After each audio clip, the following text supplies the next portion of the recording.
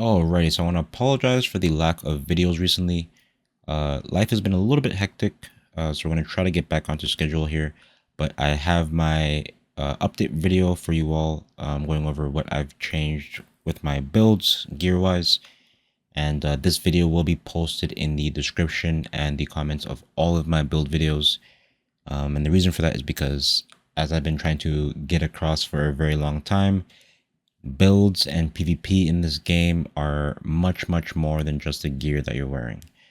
I know a lot of people have been asking me what my builds are that I've been running in my videos, and when I link them to my build videos, the response that I usually get is, yo bro, this build video is like 4 months old. I'm fully aware, but those are still the builds that I'm running today, and that is the reason why I still link people to those builds. If you want to just kind of skip everything that I'm saying and just throw on the gear without actually checking out the builds themselves, you can kind of go for it. But I guarantee you that you will have a tough time actually running the builds without actually watching the build videos and putting the time in to practice them. So yeah, with all that out of the way, let's take a look at my Rapier and Firestaff setup first. I kind of already updated you all on this build, but just to kind of lump them all together in one video, we are still running pretty much all the same gear as my build video. The perks that we're trying to target on here is still refreshing. So refreshing, resilient, anywhere we can get it is still the main goal. As you see, I picked up shirking energy this patch, but we are still running refreshing on the jewelry. And the reason why this build video actually took a little bit longer is because I've been trying to get the regular pants, which just absolutely will not drop for me. It is something that I want to test out on this setup, being that we have, or it has refreshing, and it would be a very nice addition, I think. Losing shirking energy, this is the only build that I would honestly feel comfortable doing that on, because this is the only build that this is the one that I ran without shirking energy for the longest, because the amount of mobility and kiting potential that this build has, I honestly didn't need shirking energy. So that's the reason why I'm going to end up testing out regular pants. If you have them already, you can go ahead and give them a shot, but I probably will be changing them if I do like that. But that is the setup right now. As for the weapons, we are still running Sacred Wood Saber from the build video. And then I managed to pick up a pretty nasty Firestaff that has Flame Attunement, Thwarting Strikes, and Fireball on it. Both weapons are running the Burn Dot gems. And then as you saw in all of my gear, we are running the Fire Damage gems. See by our stats as well, everything is still the same. Now, taking a look at my ice setup, this is probably the build that I actually changed around gear around the most. I believe we were running mainly weapon perks before, but we've actually gone for a freedom setup this time around.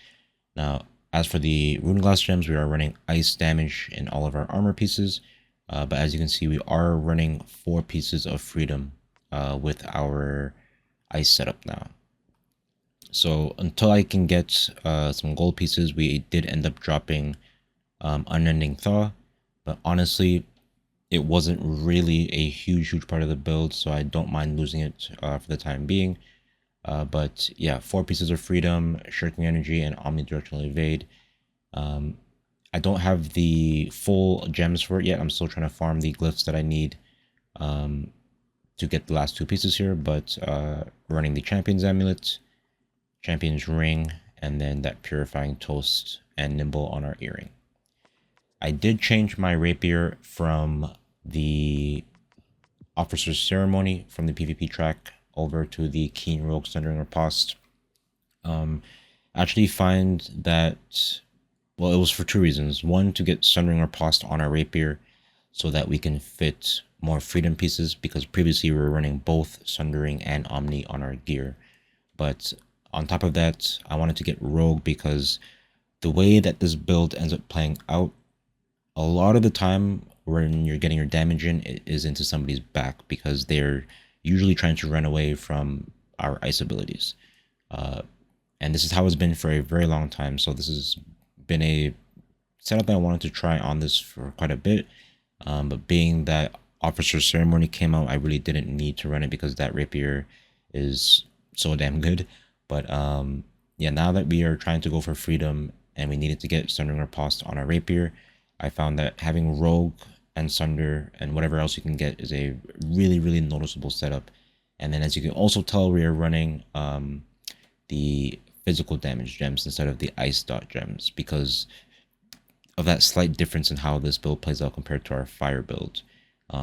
This build is a lot more bursty and we attack in separated windows of time versus my Rapier and Fire Staff build where it is kind of a constant aggression. We're running Gripping Rhyme still, so we have that Healing Tomb on our Ice Gauntlet, but again, punishing on the Ice Gauntlet as well. Now, I have been hearing and seeing some people say that the gems don't stack off swap. If it doesn't, it's fine. It's not a huge deal to just switch over to Sighted on the Ice Gauntlet, but we don't need the dots, and because this is a Rapier primary build, is why we went for that melee damage. But as I mentioned, if we can find out for a fact that they don't stack, then you can just go ahead and switch over to that Sighted gem. Now, taking a look at my Paladin build, as you saw, I was actually running a slightly different stat setup, but as I mentioned in that video, the gear and everything else stayed the same, and it's just a matter of moving over stats. So the gear and the attributes for this build is actually all the same. The only thing that we did was we ended up adding over those void gems. So we have void damage on all of our gems, as well as the void dot on both of our weapons. And it actually ended up being even more of a buff for this build in particular, with the void damage and the void dot, because the wound glass gems on your weapon that apply the dot puts a debuff. And if you are familiar with the build, this is a very big build centered around debuffs. So the fact that we can apply an additional debuff, have it up way easier, and essentially full proc this ability now when we go for a skewer is pretty insane and has added just so much damage to this build. So yeah, this has been a really fun one to play. But yeah, void gems, and then all of these same void gear, or sorry, all of the same gear pieces for this one. As for the jewelry, we were still running divine health on our amulet, champion's ring, and then healthy toasted nimble. Out of all my builds, the blood setup was actually the one that went through the biggest couple of changes, at least gear wise.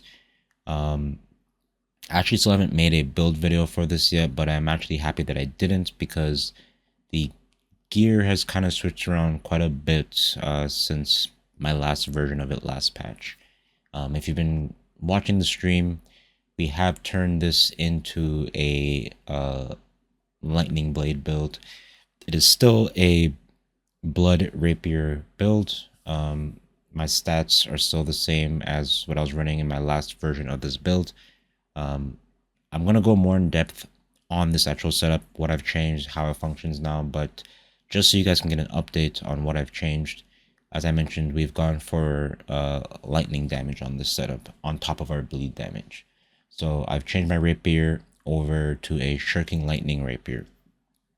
If you don't know, the elemental runeglass gems buff not only the damage that it says they do, but also the perks that do that damage. So shirking, attunement, and chain, all three of those perks get buffed by elemental runeglass gems.